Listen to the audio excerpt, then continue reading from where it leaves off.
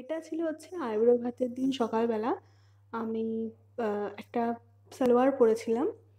আর এখানে সব দিদির বন্ধুরা চলে এসেছিল।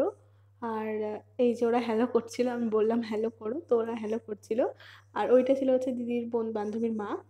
তো আর এই যে ব্রাইড, ওকে আমার মামি চুল বেঁধে দিচ্ছিল, কারণ ওর চুলটা বাঁধা ঠিকঠাক হয়নি সেই জন্য।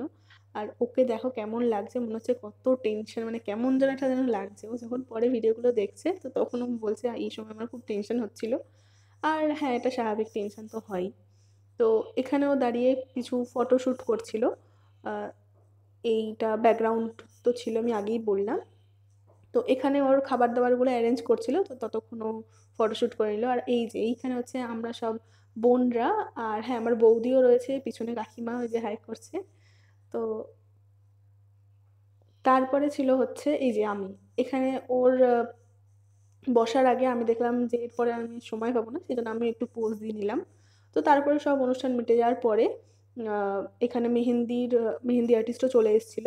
কিন্তু তখনও ব্রাইড আর কি রেডি হয়নি, মানে মেহেন্দির জন্য রেডি ছিল না আর কি। তো সেই জন্য অনেকেই পড়তো, তো আমি সেই জন্য আগে বললাম যারা যারা ফাঁকা আছে তো তারা আগে পড়ে নিক। তো ফার্স্টে আমি মামিকে বসিয়ে দিচ্ছি পড়ানোর জন্য। তো এরপরে হচ্ছে এই যে ব্রাইড এখানে বসেছে। আর আমি ওকে, ও সে কন্টিনিউয়াসলি কথা বলেই যাচ্ছে, আমি ওকে বলছি যে একটু হাস, একটু কথা বল, ভিডিওর দিকে তাকা। তো ও সেই সমস্ত না করে জাস্ট বক বক করেই যাচ্ছে।